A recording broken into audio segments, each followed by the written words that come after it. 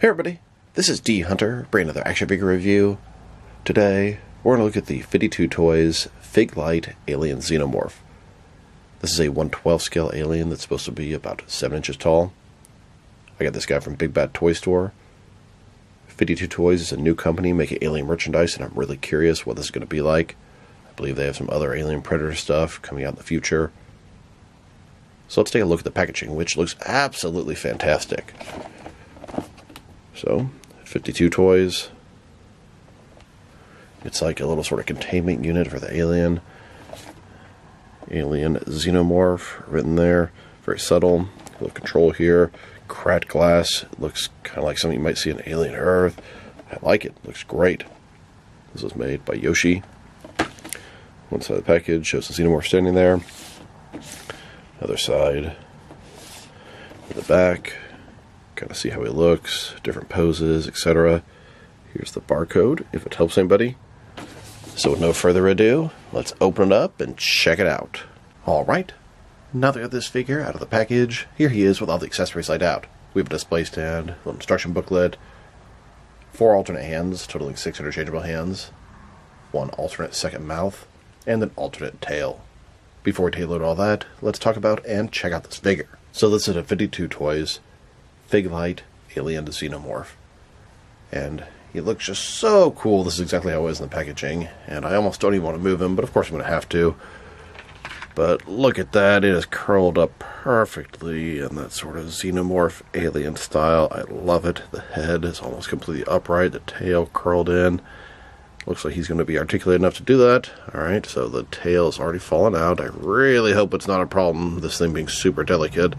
I experienced that with the Mafex alien, and it kind of ruins the entire figure. Anyway, head looks great.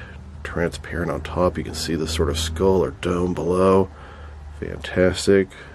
Face looks pretty good too. It's a very thin looking body. Alright, let's open him up a little bit. Okay. A little sort of area there. A little bit noticeable gap. Looks good. It's sort of a shiny paint job like he's wet, and I think that's very accurate to him.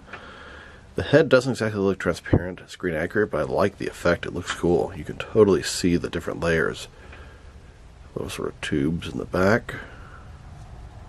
Piping. I like it. Double jointed elbows, double jointed knees. Silver sort of sharp toenails. I feel like it's based off the Big Chap, and they sort of took their own sort of unique spin to it. And I like it. It looks pretty good. I do like the paint job, and the sculpt, and it's not all black. It's got some little bit of brown, stuff like that, which I don't think the Big Chap had, but like I said, a little bit of their own twist, and I think very cool.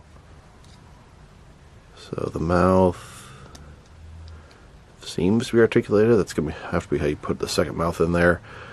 Now that tail thing keeps falling off, and I hope that's not a problem, but we'll see as I handle him more. And a closer look at his face and head sculpt.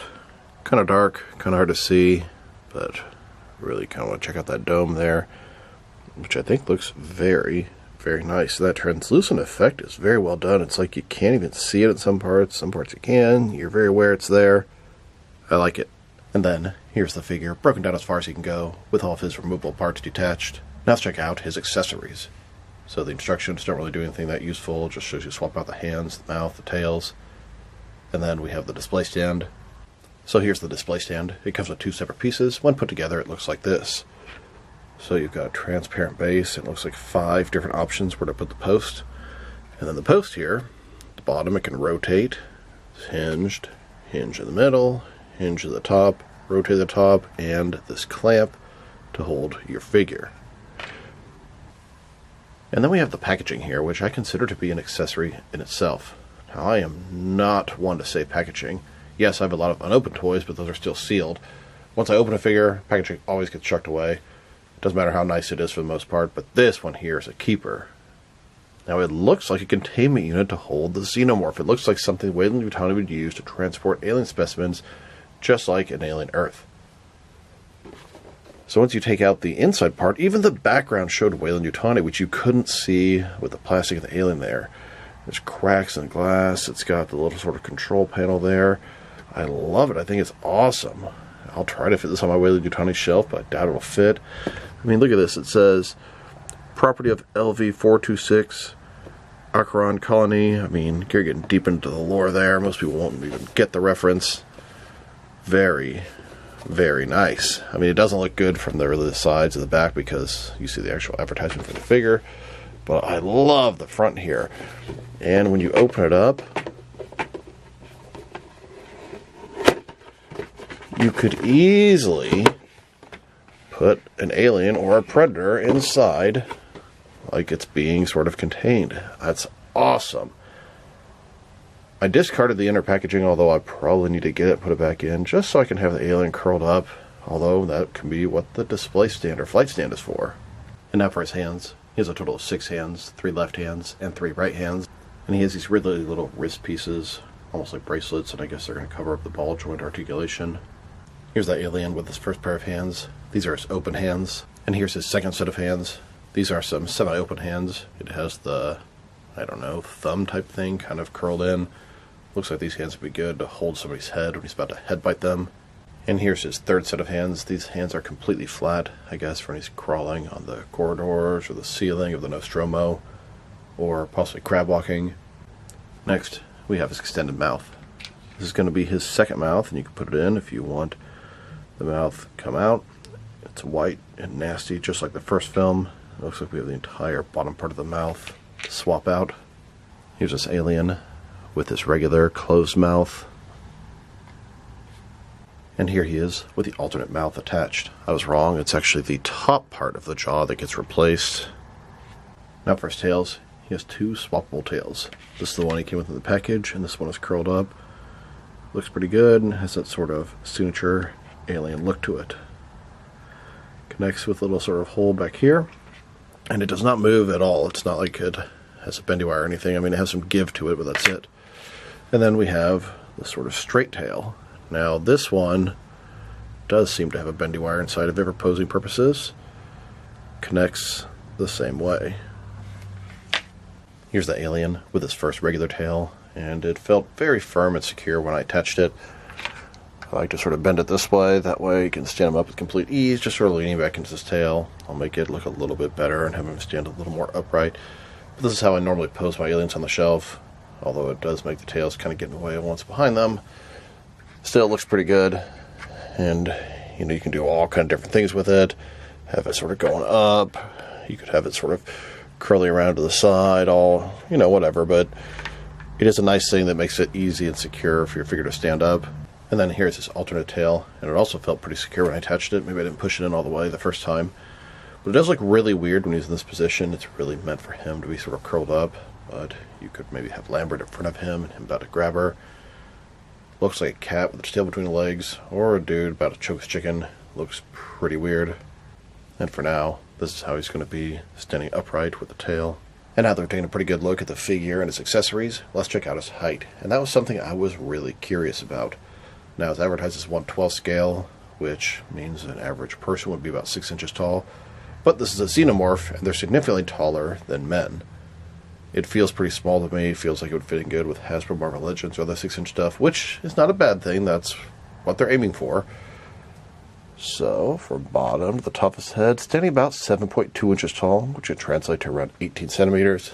And that is a good thing. That means it is going to be pretty good for 1/12 scale figures. It'll be significantly taller, being a little bit over 7 inches tall, but it'll work with 1/12 scale stuff. The NECA aliens are probably about 8 inches tall, maybe even a little bit taller than that, and work with 7-inch figures. So, if you're a 6-inch collector, this would be a pretty good alien to get. And do not worry, we will compare him with action figures from different various companies at the end of the video. And for his articulation. So, let's start with his head. Now he's got a ball joint at the top of the neck, bottom of the dome. It can go forward and back, and the back part here, he's got these sort of 5 tubules or one little extra thing. And if you want him to go kind of down and look upright, you kind of got to tuck it to the side, and that's just a little bit annoying. This top right here, like I said, goes forward and back. It can, if you hold the neck steady, tilt and rock at least a little bit, and it can rotate around. he has additional articulation at the bottom of the neck, allowing it to go forward and back even more. Can rotate there. So it has a nice articulation scheme, but is limited to some of the stuff going on back here. But it can let him go in that sort of upright position or looking forward like so. Shoulders, they go out about that far, up and down. Now they can go forward and back like a little bit. It's kind of weird. They don't have the traditional forward and back motion that you would expect. He's got bicep cut, double jointed elbows, go all the way in. The wrist can rotate and is hinged. Now, the arms can still go up, quite a bit.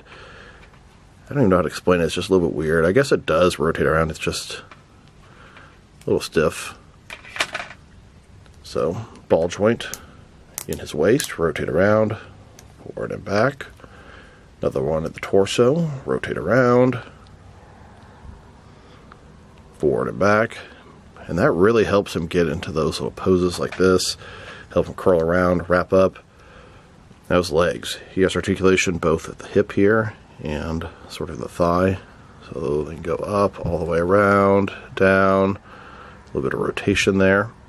Here, rotate, all the way around. Allows him to do quite a bit there, which is really going to help, I think,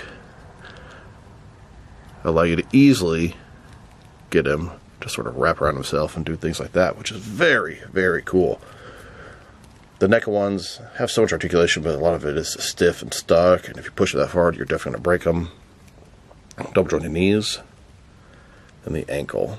Forward and back, rotate, tilt forward at least a little bit. They got this little sort of thing at the back, which kind of moves around a little bit. And he does have toe articulation. Now the tail, which stays on a little better than I originally anticipated, although it did fall off doing that. It doesn't move at all here, but it has the bendy wire, which you can pose not however you want, but quite a bit of ways. Here's a look at the alien, curled up, hibernating in the corridor walls. I just really like the way he looks curled up like this. This is the best and most articulated alien figure that I have, and I have a ton of them. Here's that alien walking around the corridors, fully grown. The first crew member he goes up to, he grabs a hold of him, and he proceeds to headbite and kill him. Next, he crab walks toward this female crew member, and it's pretty obvious that he has different intentions toward her. Here's this alien, getting ready to attack. Now let's check him out. Next to some other action figures, starting off with some other Alien and Big Chap figures. Here he is, next to NECA's version of the 1979 Alien. And here he is, next to the McFarlane Movie Maniac version. Then, next to the Mezco 112 Collective version. And now, with the Mafex version. Next, with the SH Figure Arts or Monster Arts version of the Big Chap. Now there is a difference between being 6 inches tall and 6-inch scale. This 52Toys is about 6-inch scale, and he's a little bit over 7 inches, and I still think maybe he's a little bit too short. This Figure Arts version is just 6 inches, plain and simple. And here, with the Figma version of the 79 Alien. Now let's check him out. Next to some NECA Alien figures from each of the different Alien films. Here he is, next to a couple of NECA Ultimate Big Chap figures. And here, with a couple of Ultimate Xenomorphs from 1986's Aliens. Then, with a couple of dog aliens from Alien 3, and now with a couple of aliens from Alien Resurrection. Next, with a couple of aliens from Alien vs. Predator. Here he is, next to NECA's Alien and Pred-Alien from Aliens vs. Predator Requiem. Then, with a couple of Deacons from Prometheus. And now, with a couple of Alien Covenant Xenos. Next, with a couple of Alien Romulus aliens. I do hope they make stuff from Alien Earth as well. Here he is, with a couple of Ultimate Predators. 52Toys is supposed to be having a Predator and an Engineer upcoming. Curious what those will be like. Then, with a couple of Engineers from Prometheus. I am really looking forward to their Engineer. He looks fantastic. And it's supposed to be about the same size, maybe even a little bit larger than the NECA version. And finally, with some various NECA, Alien, and Predator human characters. Now, he's not meant to scale up with them. He's intended to scale up with a smaller sized figure. But NECA makes the most Alien Predator figures out there, so I just want to know how they scale up with those guys. Now let's check them out. Next is some action figures from different various companies, so we can see how he fits in both scale and style-wise, in case you want to know which lines you can mix him with. Since he's a 52Toys figure, it's a 1/12 scale, 6-inch scale, and even though he's over 7 inches tall, he's still part of a 6-inch scale action figure line. I'm going to start off my comparisons with some of these smaller action figure lines I collect, and then work my way larger. Here he is with some Jazz Wars Fortnite figures, and SH Figure Arts action figures, and now with some Hasbro Marvel Legends and Mafex figures. Here's the Alien next to a bottle of glass cleaner, and here he is next to some Mattel and Mezco DC figures, then with both some Jazzwares and Mattel wrestling figures, next with some DC Direct and McFarlane toys, and finally with some Diamond Select and Jakks Pacific wrestling figures. So overall, I think it's a pretty cool Alien figure. Now, I do prefer the 7-inch scale to the 6-inch scale, but this is aimed for 6-inch collectors. And if you're like a Star Wars Black collector, Marvel Legends, G.I. Joe, they work pretty good with this guy. Now, he is 7 inches tall, so he stands about as big as a 7-inch figure, but he should be bigger than a human. The things that I don't like about this guy: the head and sort of the face, the teeth is just a little off. It's not exactly accurate to the film. 52Toys decided to sort of put their own spin on things, and that's okay. That's kind of cool. For the most part, I think he looks pretty good. Just something about the dome and the front, like where the eyes are and the teeth, just looks a little derpy, a little off. His articulation is magnificent. I've never had an alien that could do so many things. And aliens in the film can curl up into small little pieces and hives on the wall and hide and all kind of great stuff. And that is the coolest thing about this guy. I love how he can curl up into that little ball. That is just awesome. I like the paint job, the sort of glossy, shiny, wet sort of look to him. For the most part, the articulation is hidden nicely. I mean, there's definitely some noticeable pieces, but as a whole, I think they balanced it pretty well. His accessories, they're good. I mean, the tail, the hands, the mouth, that's really all you get. Would have been nice if we got an egg, chest burster, face hugger, the usual kind of stuff. If I had to rate this guy, that's a tough one. I mean, I like him, but there's things I don't like about him, and sometimes his arms look a little too thin. For the most part, it's a lot of fun. I like him. I'm going to go ahead and give him a 7.5, which in my book is a pretty high rating. The articulation is really the strong point, and the fact that he's a 1/12 scale alien go alongside your different sort of sci-fi 6-inch lines. I guess the only other sort of comparable 6-inch Xeno would be the Mezco one. The Mafex one just falls apart too easily, and then the Figment SH Figure Arts are far too small. I like this release. I'm really looking forward to seeing what the Predator and Engineer figures are like. If the Engineer figure is indeed about the same size as the NECA ones, I'll probably get a few. So this is D Hunter. Thank you for watching this video. If you liked the video, press like below. If you have anything you want to say about the video, add to the comment section. If you want to see additional action figure reviews from me, press subscribe. I do appreciate when you do that. Once again, this is D Hunter. Thank you for watching, and I'll talk to you guys real soon.